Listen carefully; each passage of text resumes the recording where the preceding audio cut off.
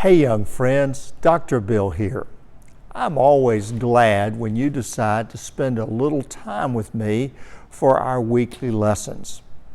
Well, today we're continuing our series of big names in the Bible by taking another look at Daniel.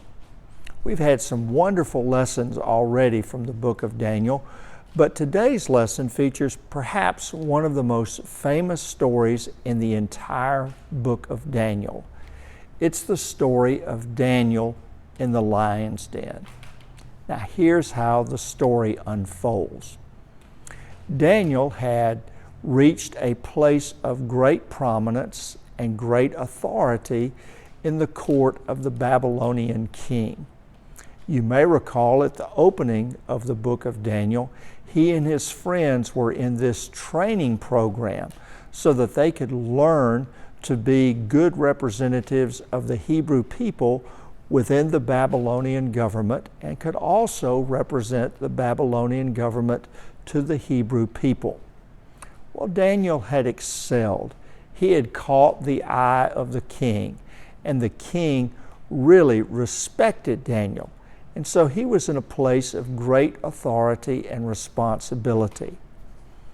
Well, as good as that was for Daniel, there were some others who were really jealous of him.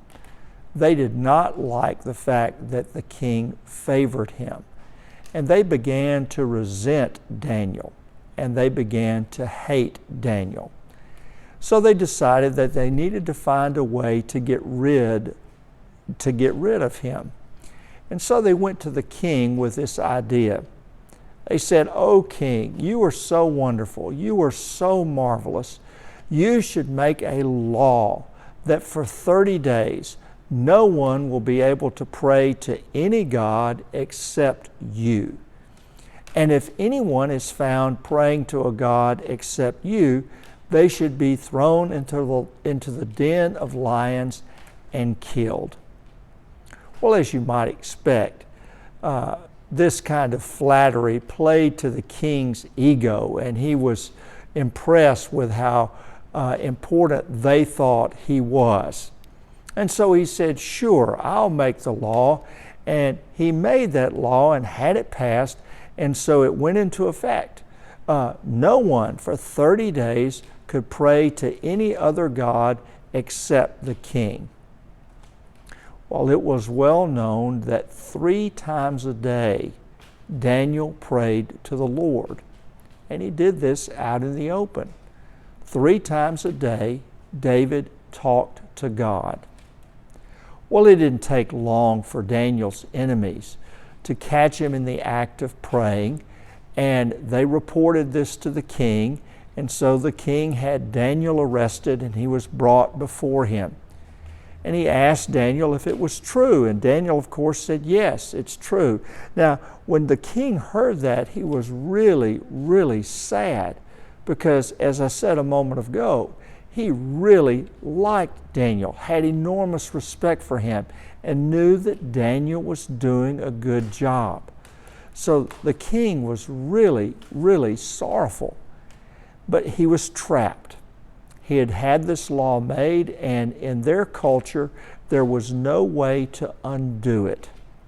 And so he said to Daniel, "I am so sorry, but I'm going to have to put you in the lion's den." And so that's exactly what happened.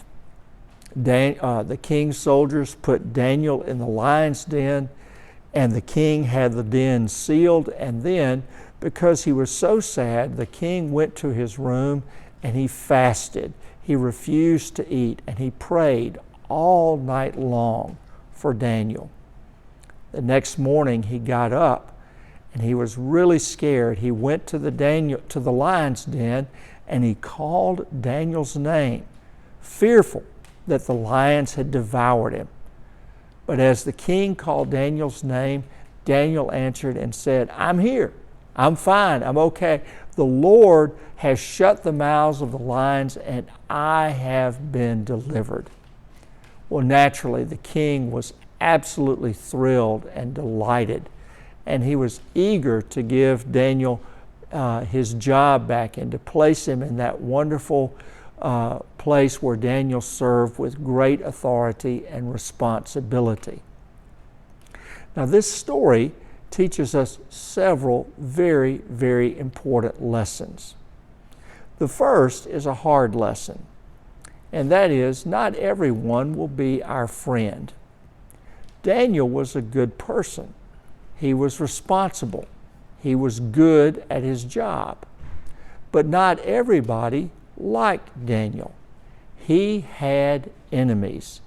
He had people who were against him.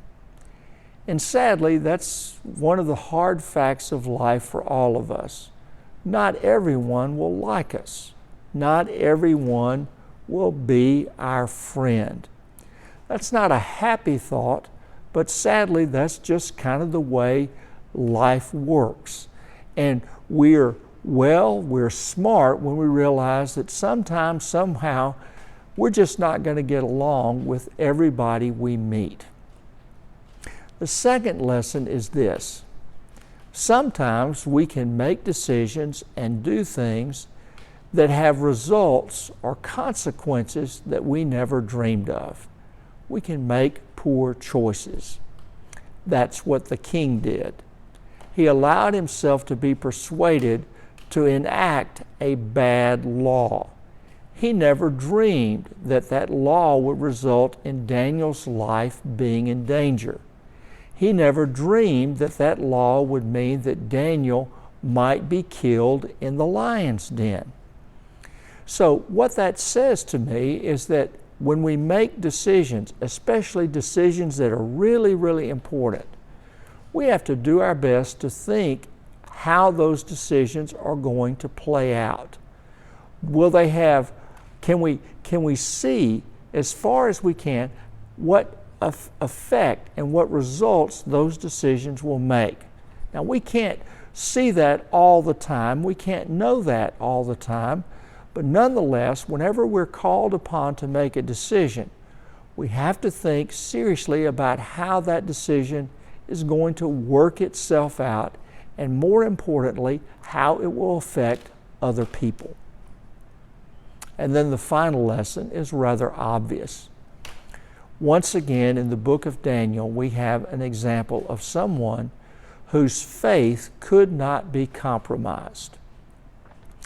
Daniel, like his three friends before him, refused to give in to an edict, to a law that meant that he could not worship God, even if it meant his life would be in danger. Daniel recognized that as a part of his faith, there was only one God, and that's the God who created all things, made everyone, and that God was not the king. And Daniel refused to abandon his belief and his trust in God, even at the risk of his own life. That's an important lesson for us, and it's one that we'll have to come back to all the days of our lives.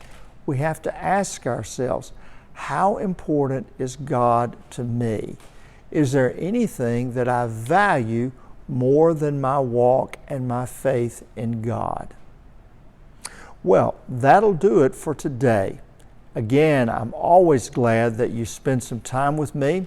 And if you have any questions, please give me a call, send me a text, reach out to me on email, Facebook, whatever. I'll be glad to talk to you anytime, anywhere. I know it's been really, really hot. I hope you're staying cool. Hope you're having a great summer already, and I'll look forward to seeing you for our next lesson. In the meantime, take care and God bless. Bye-bye.